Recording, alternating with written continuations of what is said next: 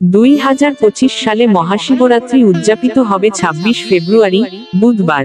এই তিথি শুরু হবে 26শে ফেব্রুয়ারি সকাল 11টা 8 এবং শেষ হবে 27শে ফেব্রুয়ারি সকাল 8টা 54। মহাশিবরাত্রির রাতে 4 প্রহরে শিবপূজার বিশেষ গুরুত্ব রয়েছে। প্রথম প্রহর সন্ধ্যা 6টা 19 থেকে রাত 9টা 26 পর্যন্ত।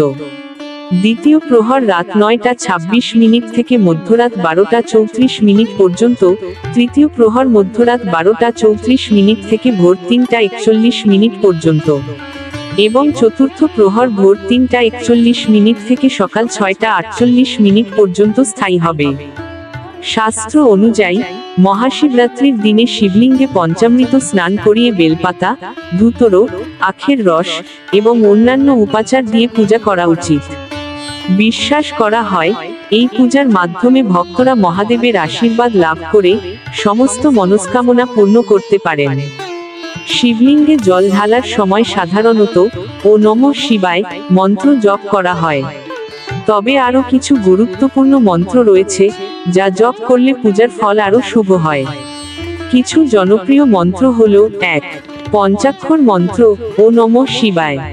2. মহামৃত্যুঞ্জয় মন্ত্র ও ত্রম্বকম যজামহে সুগন্ধিম পুষ্টিবর্ধন উর্বারুকমিব বন্ধনান মৃত্যুর মুক্তিম অমৃতাৎ। 3. শিব গায়ত্রী মন্ত্র ও তৎপুরুষায় বিদ্মহে মহাদেবায় ধীমহি তন্ন রুদ্র প্রচোদয়ৎ। এই মন্ত্রগুলো জপ করলে শিবের আশীর্বাদ পাওয়া যায় এবং পূজার সুফল বৃদ্ধি পায়। এছাড়া জল ঢালার সময় নিজের মন থেকে শিবের প্রতি ভক্তিভরে যে কোনো প্রার্থনাও করা যেতে পারে। শিবরাত্রিতে কোন জল শিবের মাথায় ঢালবেন?